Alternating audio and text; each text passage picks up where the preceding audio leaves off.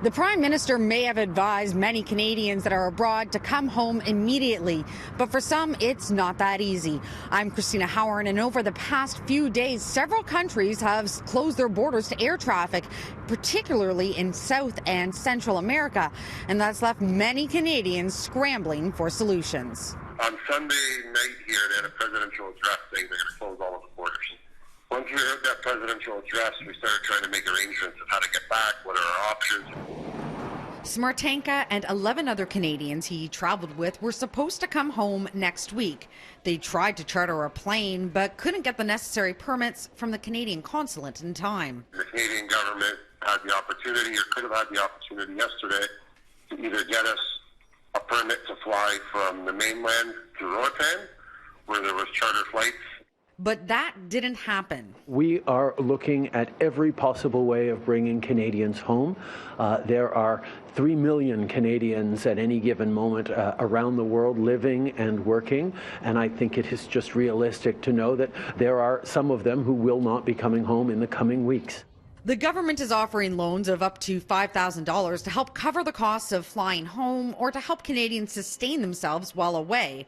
But that isn't helping Phil and his group, or Annalie and her travel companions, who are supposed to port in Venice next week. We're really concerned. We want nothing more than to get off this ship. The ship departed on February 24th, well before the Canadian government advised against cruise travel. Since then, there have been 3 cases of confirmed COVID-19 on this ship, and several others are being tested right now. The first case, which led to death, involved a man in his 60s. He disembarked on the 29th of February. The cruise ship was only placed in quarantine 2 weeks later, once the cruise company says they got the results. In order to make any calls, we had to go downstairs and ask them, could you please call this number for us? Stand in line. There was no sanitation facilities in front there to wipe our hands. Annalie says she was told they may be able to disembark in Italy and that the Canadian government is working to get them home, but she has no idea how that will happen if nobody accepts the ship.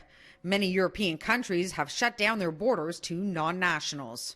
But of course we're concerned.